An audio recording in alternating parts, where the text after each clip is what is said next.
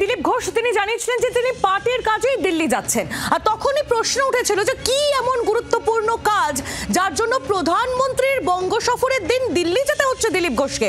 আর এবার সেই আপডেট পাওয়া গেল, দিল্লিতে আজ নাড্ডা, জেপি নাড্ডার সঙ্গে সাক্ষাৎ করবেন দিলীপ ঘোষ। দুপুরে জেপি নাড্ডার সঙ্গে তার সাক্ষাৎ রয়েছে। মোদির সফরের দিনেই দিল্লি যাত্রা দিলীপ ঘোষের। সকালবেলায় তিনি বলেছিলেন দিল্লি রওনা হওয়ার সময় যে পার্টির কাজেই তিনি দিল্লিতে যাচ্ছেন, এবং এবার যে আপডেট পাওয়া যাচ্ছে যে দিল্লিতে আজ জেপি নাড্ডা তার সঙ্গে সাক্ষাৎ করবেন বিজেপি নেতা দিলীপ ঘোষ। আজ দুপুরেই এই সাক্ষাৎ হবে বলে খবর পাওয়া যাচ্ছে। মোদির সফরের দিনেই দিল্লি যাত্রা দিলীপের। রাজীব চক্রবর্তী আমাদের প্রতিনিধি আরো বিস্তারিত জানাবেন। রাজীব, কি খবর পাওয়া যাচ্ছে?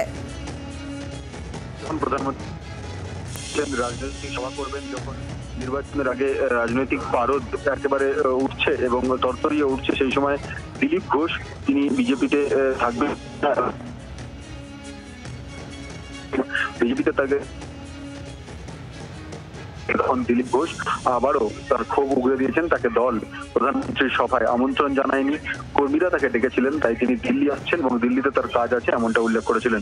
দিল্লিতে বিজেপির সর্বভারতীয় সভাপতি জেপি নাড্ডার সঙ্গে তিনি দেখা করবেন এবং জেপি নাড্ডার সঙ্গে আজ দুপুরে জেপি নাড্ডার বাড়িতে তার বৈঠকের সময় নির্ধারিত হয়েছে এবং আশা করা যাচ্ছে তিনি বিজেপির রাজ্যের যে পরিস্থিতি সেটি তুলে ধরবেন এবং সত্য মারফত যে খবর পাওয়া যাচ্ছে যে তিনি রাজ্য বিজেপির নেতাদের উপরে আবারও ক্ষোভ উগড়ে দেবেন। স্বয়ং জেপি নাড্ডার কাছে তাকে আমন্ত্রণ না জানানো, তাকে কার্যত অপমান করা হয়েছে বলেও দিলীপ ঘোষ কিন্তু নাড্ডাকে জানাবেন বলে জানা যাচ্ছে।